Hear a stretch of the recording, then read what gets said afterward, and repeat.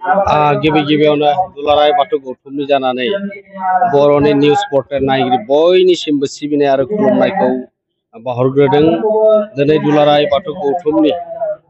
फाउन्डार बा गायसनगिरि आफादगिरि रुंसारि रुपनाथ बसुमतारी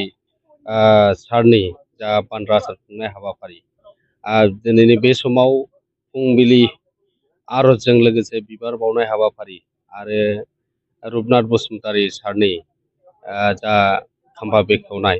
बिनि फाउन्डेसन बेखौ रायजो सभानि MP रोंगोरा नार्जारी बिथांनि आखाइजों दिनै गायसननाय जादों आरो दिनै बेवहाय जोङो जारिमिन सुजुनाय बिसिम्बि बेखौ बेखेवनाय हाबाफारि दङ। बिनि सायाव जोङो सावरायनो थाखाय आलासि लिंहरखानाय दङ। बेबायदि दिनै सानसेनि हाबाफारिजों दिनै बान्द्रा आसारखौ दुलाराय बाथौ गौथुम आरो चिरां जिल्ला आरो रायजो नाङैनो दिनै बान्द्रा आसारखौ खुंनो लानाय जादों आरो बेवहाय गोबां बाथौ सिबियारिजों लोगोसे गुबुन गुबुन धोरोमारि आरो जोंनि समाजारि सानसुमै बिथांमोनाबो दिनैनि बेयाव राव धोरोम बासियालासे गासैबो बाहागो लादों। बे जोंनि दिनै बर' हारिनि थाखाय मोनसे खौसेथिनि नेरसोन। जोंनि गेजेराव साफा साफा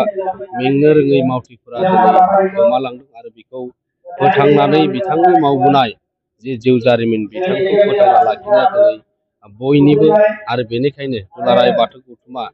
बिथांनि जि मावबोनाय दुलाराय बाथौ गौथुमजों धोरोमारि बिथिङावल' खामानि मावाखै, बिथाङा राव थुनलाइ बर'नि बायदि बिथिङाव बिथाङा जौगानायनि खामानि मावबोदोंमोन आरो बिथांनि जिखिनि मावबोनाय मावफारिफोरखौ जों दिनै मोनफा मोनफा जों मावबोनांगोन। दिनै धोरोमारि बिथिङाव, सोलोंथाइ बिथिङाव, समाज बिथिङाव गोबां बाथ्राफोरखौ बोसोन होलांदों आरो बिथांनि जाबायदियै दिनै लिरनाय महराव लिरनानै गालांदों गमामायैनो जों दिनै अरायसम जों बिथांनि मावबोनाय जिखिनि मावनानै फोजोबनो हाया आरो गमामायैनो जोंनि गेजेराव सासे राफोद जिखिनि धोरोमारि बिथिङाव खामानि मावबोनाय बियो जोंनि गेजेरनिफ्राय गैया जालांनायाव दिनै धोरोमारि बिथिं आरो समाज बिथिङावबो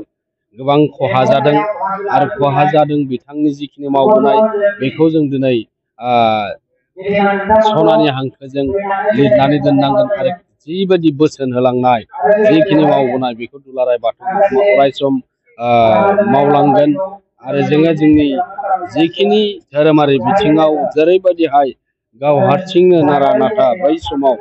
1992 मेआव जेरैबायदि दुलाराय बाथौ गौथुमखौ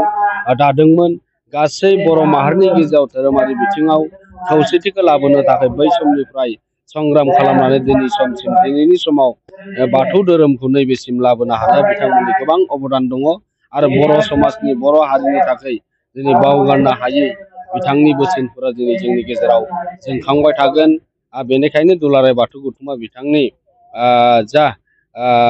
खाम्फाखौबो दुलाराय बाथौ गौथुमनि गाहाय मावखुलियाव जों लाखिनो थाखाय जों सावरायबाय थादों। जोङो उननि समफोराव दा दुलाराय बाथौ गौथुमनि गाहाय मावखुलियाव जा बाथौ थानसालि लुबाय थादों बेयो ओंखारब्लानो जों मुसुखाखौ बेखौ क्लियार खालामनानै होगोन।